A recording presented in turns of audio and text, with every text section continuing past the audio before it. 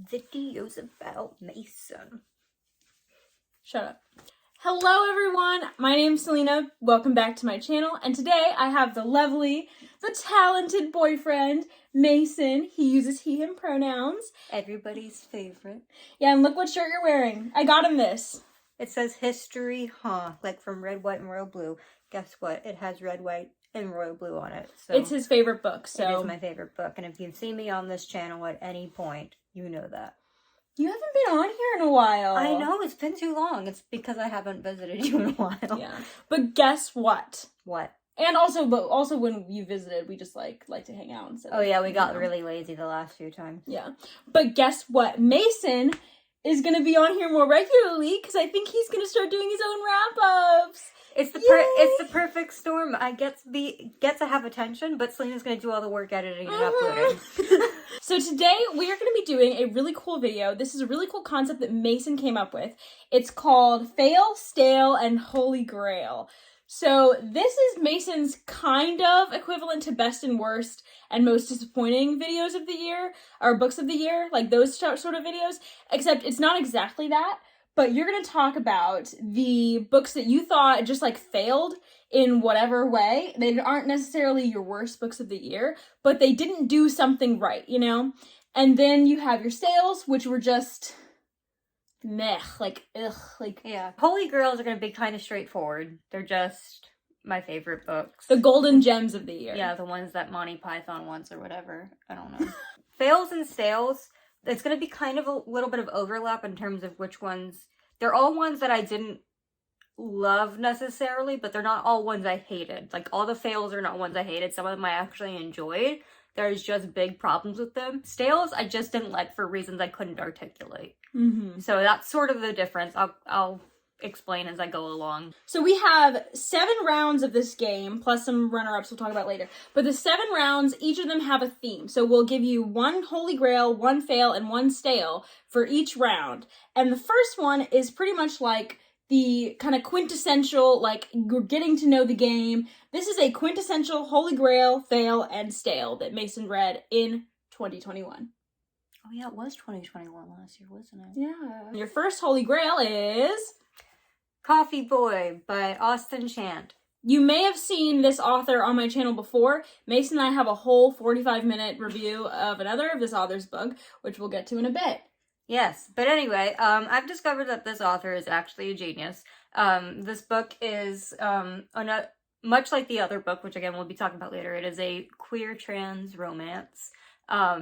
Okay, Selena doesn't think the other one's a romance. This one's definitely a romance. This one's definitely a romance. But it's an intern, starts working at the company, and one of the employees there. Oh my god. And look how short this dang book is. Okay, the book is like, what, 100-some pages? Yeah, 150 pages. And they're tiny, like. And it tells the entire full story. There is nothing, like, out of place. I mean, the thing about with, like, small books is you really have to know how to, like, get to the point, and everything has to work, like, exactly right. And that's what Austen Chant does. Their books are, at least the ones I've read, are very short. And everything is just perfect. You know, like, I'm sorry, I'm gonna start an Austen Chant fan club. So yeah, that's my first Holy Grail and what you can be expecting from the category. I just threw it. One of the biggest fails of the year. Look, some of you have probably seen Ray on this channel during the lives, if you've attended those. If you're in the Discord, you've definitely seen Ray. There's one up that I will link, and then if you want to meet Ray more in person, you can always join my Discord, and she's always there. Yeah, well, see, Ray told me not to read a book. And when I'm told not to do something, I tend to do it. So we read this one. I read this one, and Ray was right. It's called The Chain by Adrian something, maybe. I don't know. I don't know the author's name, so this is gonna go well. It was so bad. It didn't make sense. Like, this isn't even one that I partially enjoyed. Like, yeah, it was fast-paced, and it had some areas that could have been interest, but then the author squandered them time and time again. So it was just bad. It was about kidnapping and such, like a whole kidnapping chain. Yeah, that's actually a really good way to put it. I don't think anybody's ever thought of that before. My quintessential stale. Look, I loved the first book. I tolerated the second book. But Life, the Universe, and Everything by Douglas Adams, I'm so sorry. It just, I don't even remember anything that happened in that book, really. I can maybe remember, like, 2 events. It was just, it left me feeling nothing. And I do think I want to finish out the series just because maybe it redeems itself. And I did love the first book so much. But anyway, the third one is not for me. So this next round is books that are about the afterlife in some way. Yeah, because I surprisingly read a good amount of those. This isn't even all of the ones I read about the afterlife. There's a sequel in there. Okay. So the Holy Grail of this section is Cemetery Boys by Aidan Thomas. Aidan Thomas. I did know this one. It's about a family of brujos and brujos. And brujos y brujas. Yeah, okay. That wasn't a great accent. Well, like, my students would laugh at me, but... Yeah, well, you took a lot of Spanish, and I know Despacito. That's the extent of my knowledge. So anyways, it's about brujos and brujas. That was pretty good! Which are basically, like, Mexican, like, guiders to the dead, right? Mm-hmm. Essentially.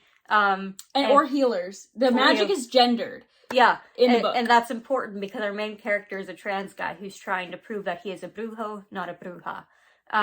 Anyways, there's this whole, like, thing going on where there is, like, this dead guy, and then our main character is trying to help him out, but also... Why do you keep doing that? Because that's what happens. Okay. Anyways, what did you like about it? Oh, I liked that it was good. It was heartwarming is what it was. And then a book that was, all these books I think were supposed to be heartwarming in their own way. But this next one really fell flat for Mason, and this is a big unpopular opinion. Yeah, Alan, if you ever watch my channel, don't watch this video. Okay, so I know I'm about to get 8 megatons of hate. However, I made my first foray into Discworld and did not have a good time. I read Mort by Terry Pratchett, and look, I'm sure there is merit in there. If you like that style of writing and humor, it might work for you. But the thing is, I was expecting to go in with a lot more humor, and to me it wasn't my taste in humor, I guess. I don't know. I didn't like the relationships in it. I didn't like the plotting of it. I mean, I was bored the whole time. And the reason that this is a fail and not a stale is just because it was so built up for me. And then my stale for this, and okay. If you watch Selena's video what was the theme of that video? I forget. It was my wrap-up. December wrap-up. Okay, Selena's December wrap-up, I knew that. I may have made some faces when she insulted this book, which is Library of the Unwritten by A.J. Hackworth. Yes, okay. I may have made some faces when she was disparaging it. I didn't hate it either. I gave it 3 stars. Yeah, but the way you said it was just rude, so that's why I was acting like this. But it was, in all honesty, not the greatest book. The plot was confusing, and that was my biggest issue. However, the reason that I have an affinity for this book that Selena might not share yet is because the second book was actually really good. Second book is one of those rare instances where the sequel is actually far better than the first one. I've heard that a lot about this series, actually. Yeah, because the characters just develop more, and that's really what the series has going for it. The next category is books that were meant to be comfort books for Mason. Yeah. Some of these succeeded, and some of these less so. Alright, so the Holy Grail of this is House of the Cerulean Sea by T.J. Klune. I'm sure most of you have heard a lot about this because this is a darling of BookTube as far as I'm told. It is. And so, I mean, I think I've talked about it on here before. I think you've talked about it on here before. But basically it was one of my favorites. It is a social worker going to visit, like, a foster home for magical children. And it is so lovely. And it's a little gay. Yeah, no, it's mostly about the kids. It's less about the adult relationships going on here, but the kids are just so wonderful. If you ever thought to yourself, I couldn't possibly relate to the Antichrist and want to comfort him, then change your mind with this book. I literally told Mason this, and he was like, I don't think so. I was like, I want to adopt him, and he was like, it's the Antichrist, Selena. Get your crap together. And I was like, read it and then talk to me. And he now also wants to adopt the Antichrist. Specifically this one. The fail for this category, okay. So I'm just gonna tell you, it's Beautiful Creatures by Tammy Garcia and, oh shoot, what's her name? Margaret Stoll. There we go, pulled it out of my butt. So anyway, this was the series that got me back into reading, no joke. Like, my second year of college, I decided that I wanted to start reading again during finals week, which was a terrible idea. But I did enjoy myself, and this was the series this was the series I read that was getting me through it. Reread, yes. I had read this when I was in middle school, I think, maybe high school. I wanted to visit it because I wanted to see, is this book really as good as I thought it was when I was... Hold on, let me do this. This is my video. But was this book really as good as I thought it was? And sometimes when I do that, I reread it and I'm like, yes, this book is just as good as I thought it was. Like Red, White, and Royal Blue whenever I read that. Which you did this past year. This book, not so. So it's not worth... You're telling me it's not worth the 5 stars you gave it? I did give it 5 stars 3 years ago. And I don't even remember what I gave it this time. Was it 3 stars? 2 something? I don't know. I think you gave it 3. Okay. Anyway, it's just okay. So it was a fail for me because I had put it on such a pedestal before. That's why it's a fail and not a stale. Selena wants to kill me for this one because Selena loved this. It's a sequel that she loved, I think, even better than the first one. I read it, and now I think that the first one is better. Anyways, it is Drowned Country by... Emily Tesh. Sequel to Silver in the Wood. I love Silver in the Wood. Great book. It was amazing. And it had such a good resolution, which I won't say what it is because it's a spoiler. But Drowned Country, it kind of took that resolution and it said, hey, what if this isn't true? And... Okay. And then it added so much plot. The appeal of the first one was, like, there was almost no plot. You know? Like, the plot was sparse, so the character relationships were strong. And that's what I loved about it. Drowned Country, there was so much plot and I didn't understand a word of the plot. I was just like, bring back the... But instead it was just fighting. And there was something going on other than the character relationships. I don't remember what it was because I didn't like it. There was too much of it. Okay, this next one. Hi, Allie. I hope you're watching this. This category is books with the oddest concepts. The most outrageous concepts in some of these cases. Yeah, the exemplary part of this category is the first one, The Holy Grail, which is My Sweet Audrina by V.C. Andrews. So Allie... who is my friend, Selena's friend as well. She's on the Discord. She's on the Discord quite frequently. We love you, Allie. Her favorite book of all time, and I think favorite author of all time, is My Sweet Audrina and V.C. Andrews. And she had been telling her friends for like a whole year, like, this is my favorite book, you should read it. And finally one day I was like, you know what? Fine. Because, like, the pitch she gave, it scared me. It really scared me down to my core of what I was getting myself into.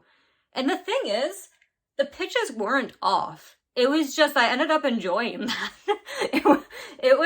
It was one of the weirdest books I've ever read.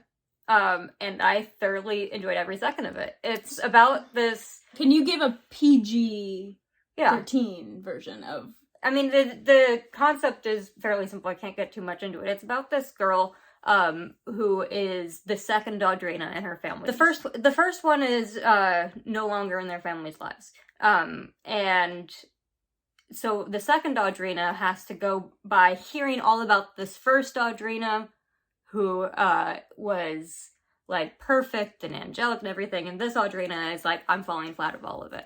So it's all about like this dark gothic family and like all the weird crap that goes on with them. And it's really a family drama is what it is, but in the most disturbing and disgusting way you can imagine. And that was your Holy Grail. So your fail is complicated. So I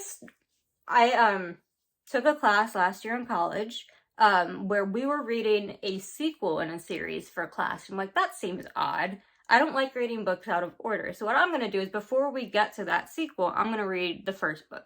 Mistake. And that first book was Oryx and Crake by Margaret Atwood. And I couldn't get through it. I could not get through that book. I DNF'd it for a very long time. But I couldn't get out of reading the second one because that was for class. And at some point in college, I decided I was going to actually do the readings. And so I read that, and I actually kind of enjoyed it. Like, it was a good book.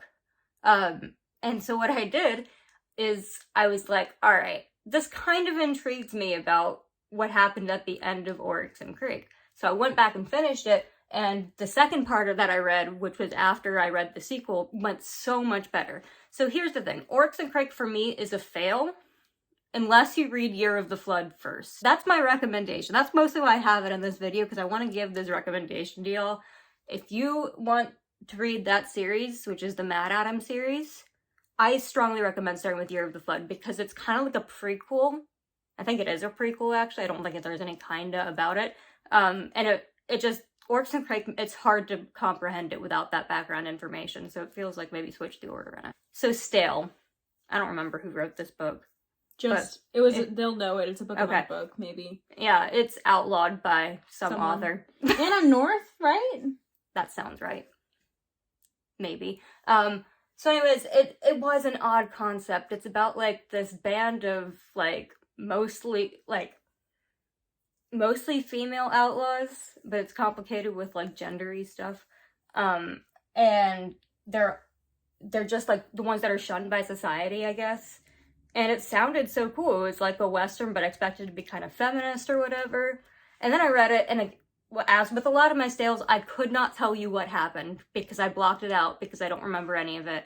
It was just so boring. It felt like it took forever to get through, even though it was probably only about 2 or 3 days. It was just tedious. So, next one is apocalyptic books. You read a lot of these this year. I read a lot of, or last year. I read a lot of apocalyptic books because, you know what, I actually really like that genre, and I always forget that I like it until I read one, so that's why I have a whole genre for this. The Holy Grail for apocalyptic books is Under the Dome by Stephen King. Some of you might know that I absolutely adore Stephen King and everything, but I hadn't been reading his stuff for a while for unknown reasons. I just sometimes fall in and out. I took this book to the beach with me, with my family over summer. And fun fact, I had just gotten an appendectomy. So things I wasn't allowed to do included, or I was allowed to do them, they just hurt, was going to the beach and getting in the ocean. So as you might imagine, that kind of put a damper on the vacation. So I turned to books, and this was one.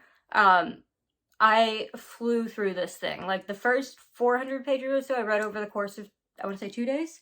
And the last 600 to 700 pages I read in a single day. But, yeah, I blew through it. I was just so hooked on it. I think I read for 12 hours straight or something ridiculous like that. Only stopping for bathroom and food. And it was so good. For those of you who don't know, it's about, a town that gets mysteriously trapped under a dome, as you might gather from this title. And so, like, the whole world is cut off from them. And it's about, you know, the people in it trying to get out of it, but mostly about just the way it affects interpersonal relationships in this secluded area where things are getting dire. Really good. It resembles, for those who have seen it, the Simpsons movie. I don't know which came first, but it also resembles the next thing I'm going to talk about, which is my fail, which is the Goons Series by Michael Grant. So here's the thing. This is a fail, and it's a lot like Beautiful Creatures because I had read it when I was younger, like, again, middle or high school, and I adored it then. And then I came back and reread it, and it was mostly just like, what the hell am I reading? Like, it was very entertaining. Don't get me wrong. I read the whole series, and I actually did enjoy a lot of parts of it. That's not why it's a fail. It's a fail because it was so much worse than I remembered it, so it's like a really trashy way. But it was also so offensive to so many groups of people, and that really was off-putting and upsetting to me. So, like, that series needs, like, 17 different trigger warnings. But some of the more basic and fundamental ones are just, like, racism, homophobia, sexism. Fat phobia. Fat phobia, for sure. Ableism? Did you say ableism? I'm sure there was some. I well, can't there remember. was some weird stuff with mental illness, like eating disorders and stuff.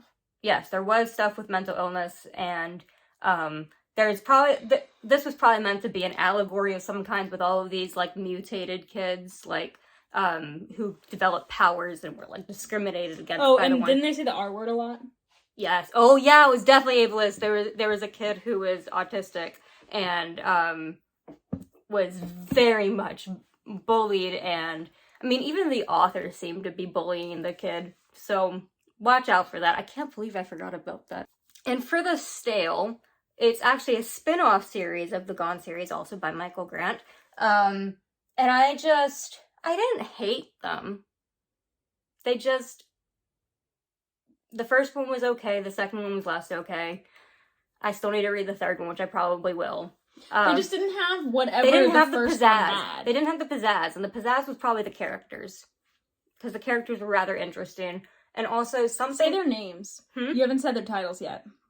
Oh yeah, Monster and Villain. This last one's called Hero, I believe, but I haven't read that one yet. So yeah, it's a different batch of characters, so it's less interesting in different circumstances. Okay, the next one is romance sequels. Yes, so if you don't know, I'm a romance reader. That is my primary genre. It has been for a very long time. And all those sequels you're going to talk about, you've also read the first books of, maybe not in 2021, and really liked. They just didn't make the list. But the sequels did. Yeah, so the Holy Grail of the sequels for romances that I read was The Heart Principle by Helen Huang. Helen Huang. I'm so bad with author names. But it's the sequel to The Kiss Quotient. It's the third book in the series. It's the second sequel. I don't know how that works. And the series, for those of you who don't know, every book centers around a character with autism. And their relationships, yeah, pretty straightforward. And this one was great. It was what I loved about the first one, but it was, a different plot with different characters. It retained that feeling of that series. However, my fail is the second book in that series, which is The Bride Test. And okay, look, I didn't like the characters at all. Didn't see any chemistry at all. It felt weird. It felt forced. There were a lot of parts that made me deeply uncomfortable. It was just... This is interesting because usually people are flipped on that. Usually people think The Bride Test was fun and good for the series, and then most people tend to think The Heart Principle was uncomfortable and shouldn't have been in the series. Well, those people are wrong. The Bride Test, the concept was so odd. It's like, it's not an arranged marriage. I would be okay with that. If it's not just the arranged marriage part of it. That's a cultural thing. It's the way they approach this relationship, because the author is trying to get it. So they go into this marriage actually liking each other, and you're supposed to think they like each other by the end of it, but you just never saw it. I never saw it. In the ways that the author was trying to convince me that they worked, I didn't understand why that was supposed to convince me, and that never worked. Okay. So I have two for Stales. The first one is Well Played by Jen DeLuca, which is a sequel to Well Met, which I really liked. And Well Played, like, most romance sequels, follows a different group of characters that existed previously in the first book. And again, the premise was super weird and kind of uncomfortable. It felt... there's a lot of lying that went on, and something I really don't like in romance is when people are straight up lying. Like, that seems toxic and uncomfortable. So sometimes they can get away with it, but this one didn't work. It didn't work. It felt like really something that was not okay. And then the characters didn't convince me that much. The other one is Isn't It Romantic? The fourth book in the Romance Book Club series. Yes. And you liked the first the name and of the second author? one. Lynn K. Adams or something? Lissa K. Adams. Yeah, sorry, we should have looked these up beforehand. But I don't know, it was just odd. It was just odd. I don't have much more to say about it. It fell flat. I love the rest of the series. And finally, we have the epitome of each category. Your most Holy Grail of the year, your most fail of the year, and your most stale of the year. Yep. All right, so let's get into it. The Holy Grail. If you want a large description of this book, go to our 45-minute review. It is Peter Darling by Austen Chant. Tied for my first favorite book of all time with this. And oh my god, it's a Peter Pan retelling. Peter is trans. He is an adult now, and he's returning to Neverland. It's a character study on Peter. Selena always wants me to say that because apparently I never do. But he also has a romance with a certain villain that, and it's not for kids. Don't give it to your kids. It has romance stuff. It has, but it is so good. It's so good. I'm not going to keep going on about it. Because highly emotional and very emotional. So efficient with plot and character. Much like Coffee Boy, because it's longer than Coffee Boy, but not by much. It's masterful. It is masterful. Go watch our review. Go read everything by Austen Chant that I've read, which is only those 2 books. The other ones are probably great too. Or other one. I don't know how many they've written. Anyway, the fail. I am going to get kicked out of the book community that I am just now entering. Yeah, this is a bit too darling too. And I've already gotten canceled in our Discord for this 1,000 times. But look, I'm sorry. Pier and Andessie by Susanna Clarke is not good. It's boring, predictable, and it is. And the setting is just not as charming as everybody thinks it is. It is not as interesting. It is not as poetic. Like, honestly, it is just a book. It is not like this high god tier thing that people put it on a pedestal to be. It's just a book that does not do anything. There's nothing happening the entire book. It's just this guy walking around some hallways. But the themes, Mason! And the main character is really annoying, too. This is true. But the themes, Mason, the themes! What themes? Tell me there's a... Isolation! You know what? What about isolation? If my kids told me that in freaking middle school, I'd be like, what about isolation? That's not a theme. She's a teacher. Anyway. The power of I don't know. Yeah, there's nothing. The themes are supposed themes. What they are really is just, I don't know. I don't even know what to say about it. It's definitely trying to do something. Yeah, it doesn't do it. There needs to be... Look, I have never said this in my life before, but I wanted more plot. If your favorite things in books, if what you're looking for is, like, water... Moody? No, let me do this. Water, pillars, and lack of development and predictable plot. If that's your kind of book, go for it. You will treasure this. You will absolutely... If you're a stan of some broken-ass pillars, go for it. That is all I remember about the book. There's, like, statues, I think, also. Oh my gosh! I mean, he's just prancing through floodwaters, like, 90% of the book. I didn't get it. I so wanted to get this book. I do not understand the hype. Anyway, stale. To come off of that, I think this one is a more popular opinion. Yeah, definitely. So the first book in this series I loved. Again, this keeps happening. The first book is Kings of the Wild by Michael Eames. Nicholas Eames. I was so close. Yeah, that one was really good. I loved that one. It was light and fun and just funny. And it was like, I think it was 5 stars for me, wasn't it? I gave that. Yeah, you gave it was like your first 5-star of the year. Yeah, I think it's my first book of the year in general. Mm-hmm. And that was last year.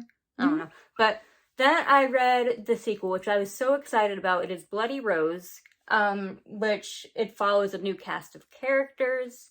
And I wish I would say it follows a new plot, but there really isn't much of a plot. Like, it's mostly just them wandering, unlike Kings of the Wild, which had a central plot that you knew what it was from the beginning. Yeah, they had a quest almost. Yeah. This one, it just was a lot of meandering, and the reason that this is a stale and not a fail is because the ending was actually pretty good.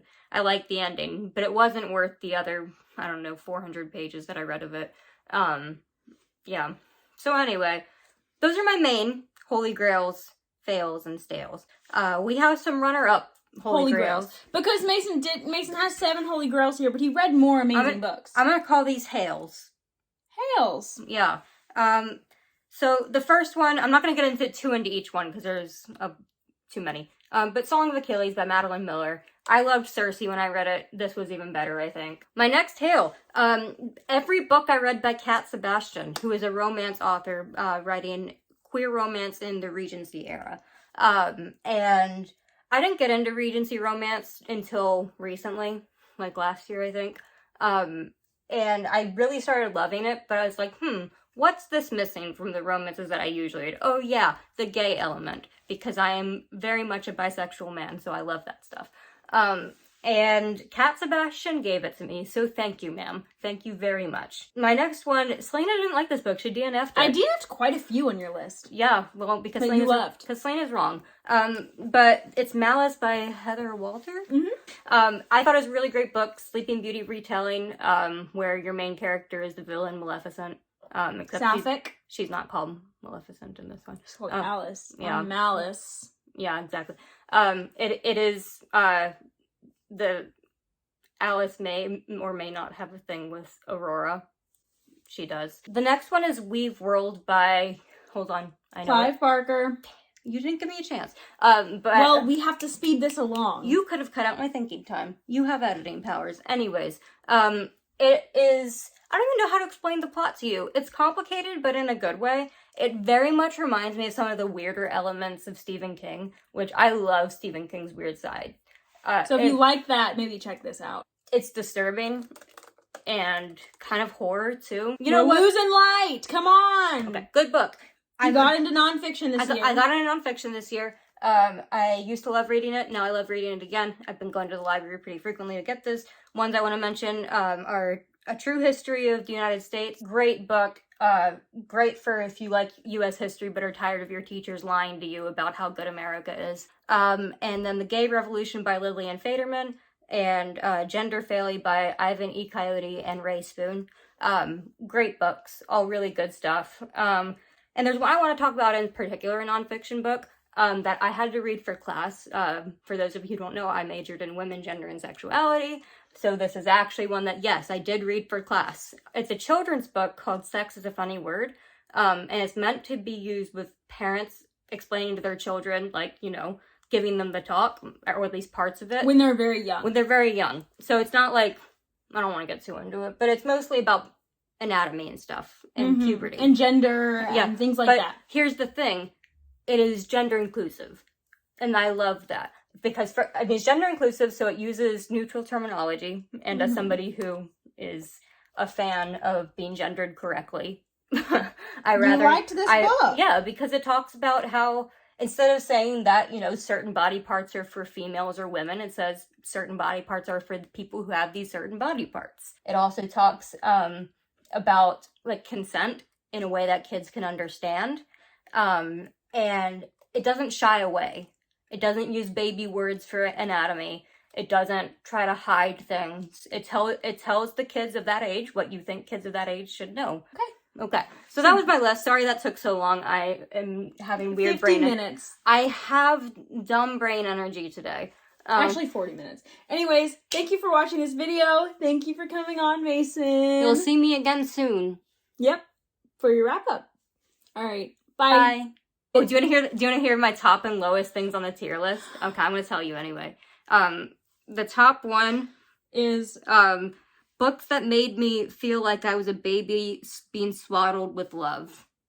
That was my highest book. And your lowest, which is The Chain and Pier andessie. Yeah, those were the two that got that honor. I'd rather be Prometheus and have my liver eaten every day.